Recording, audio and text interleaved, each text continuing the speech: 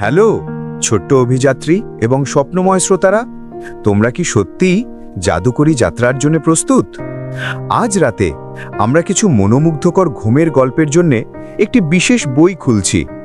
কল্পনা করো এমন একটা জায়গা যেখানে ঝলমলে রোদ, মৃদু পাহাড়ি বাতাস এবং এত নীল আকাশ থাকবে যে মনে হবে যেন একটা আঁকা ছবি।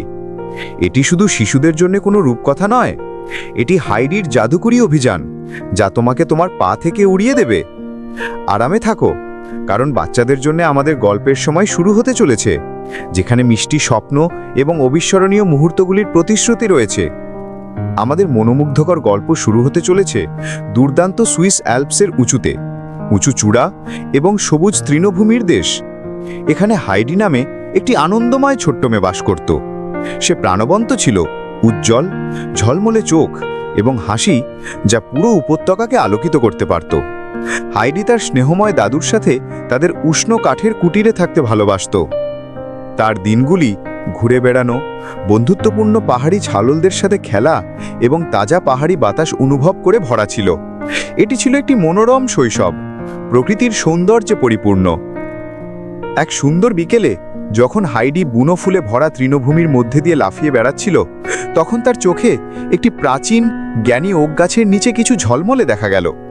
এটি কেবল একটি নুড়িবাল পাতা ছিল না, এটি ছিল একটি ক্ষুদ্র, সূক্ষ্মভাবে খোদাই করা কাঠের বাঁশি যা একটি সত্যি মন্ত্রমুগ্ধকর শব্দ বিকিরণ করছিল। হাইডি আলতো করে এটি তুলে নিল। তার আঙুলগুলি এর মসৃণ পৃষ্ঠ স্পর্শ করার সাথে সাথে একটি সূক্ষ্ম সুরলি সুর নিজেই বেজে উঠল, বাতাসকে সত্যিই মন্ত্রমুগ্ধ শব্দে ভরে তুলল। আশেপাশের প্রাণীরা থেমে গেল, তাদের কান স্তব্ধ হয়ে গেল, রহস্যময় সঙ্গীতে সম্পূর্ণ মোহিত হয়ে। এটি স্পষ্টতই একটি অস্বাভাবিক আবিষ্কার, একটি জাদুকরী যন্ত্র। তার হাতে জাদুকরী বাঁশি নিয়ে হাইডি একটি উত্তেজনাপূর্ণ রোমাঞ্চ অনুভব করল।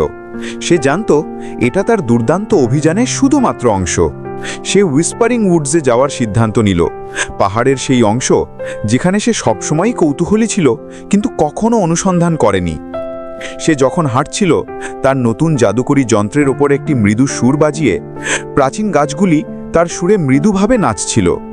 পাতাগুলি রহস্যে ঘোলাটে ছিল এবং ক্ষুদ্র বন্যজন্তুরা উকি দিচ্ছিল, সঙ্গীত দ্বারা টানা।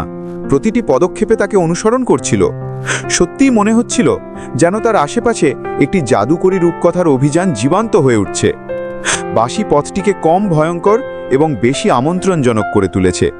সে একটি প্রাণবন্ত ছোট্ট কাঠবিড়ালির সাথে দেখা করেছিল, যার একটি চকচকে অ্যাকাউন্ট ছিল এবং একটি সুন্দর হরিণ ছিল যা তাকে মৃদুভাবে থাপ্পড় দেবার সুযোগ দিয়েছিল। এটি ছিল একটি সত্যির শিশুদের কল্পনা। সন্ধ্যা ঘনিয়ে আসতে আকাশটি একটি শ্বাসরুদ্ধকর ক্যানভাসে রূপান্তরিত হলো, যেখানে অসংখ্য ঝিকমিকি তারা দ্বারা সজ্জিত। হাইডি একটি নরম শ্যাওলা মসৃণ পাথরের ওপর বসেছিল। জাদুকরী বাঁশিটি এখনও তার কোলে একটি মৃদু আভা বিকিরণ করছিল। সে বিশাল ঝলমলে রাতের আকাশের দিকে তাকিয়ে একটা বিশেষ ইচ্ছা প্রকাশ করেছিল। অন্য সবার থেকে উজ্জ্বল একটা ছোট্ট তারা যেন তার দিকে কৌতুকময়ভাবে চোখ টিপে ধরছিল। বাঁশিটি শেষের দিকে একটা প্রশান্তিদায়ক সুর বাজালো, একটা ঘুমপাড়ানি গান যা মধুর স্বপ্ন এবং আরও অসাধারণ অভিযানের প্রতিশ্রুতি দিয়েছিল। হাইডি জানত তার জাদুকরী আবিষ্কার কেবল বনের বিস্ময়ই উন্মোচন করেনি, বরং তার হৃদয়কে আরও বিস্ময় এবং আনন্দে ভরে দিয়েছিল। এটি সত্যিই একটি স্মরণীয় অভিজ্ঞতা ছিল। আর তাই হাইডি ঘুমাতে গেল, জাদুকরী বাঁশির মৃদু সুর তার স্বপ্নের মধ্যে ভেসে বেড়াচ্ছিল। কি অসাধারণ এবং মোহনীয় অভিযান ছিল তার! আমরা সত্যিই আশা করি আপনি হাইডির সাথে তার দুর্দান্ত যাত্রায় যোগ দিতে পছন্দ করবেন। আপনি যদি এই আরামদায়ক ঘুমানোর গল্পটি উপভোগ করেন এবং আরও বাচ্চাদের রূপকথা চান, তাহলে প্লিজ আমাদের ভিডিওটি একটি বড় থামস আপ দিতে ভুলবেন না, আর সাবস্ক্রাইব করতে ভুলবেন না, যাতে আপনি গাইডিং গ্লো স্টোরিজের আর কোনো মনোমুগ্ধকর গল্প মিস না করেন। শুভরাত্রি এবং গভীর ঘুমো সবাই।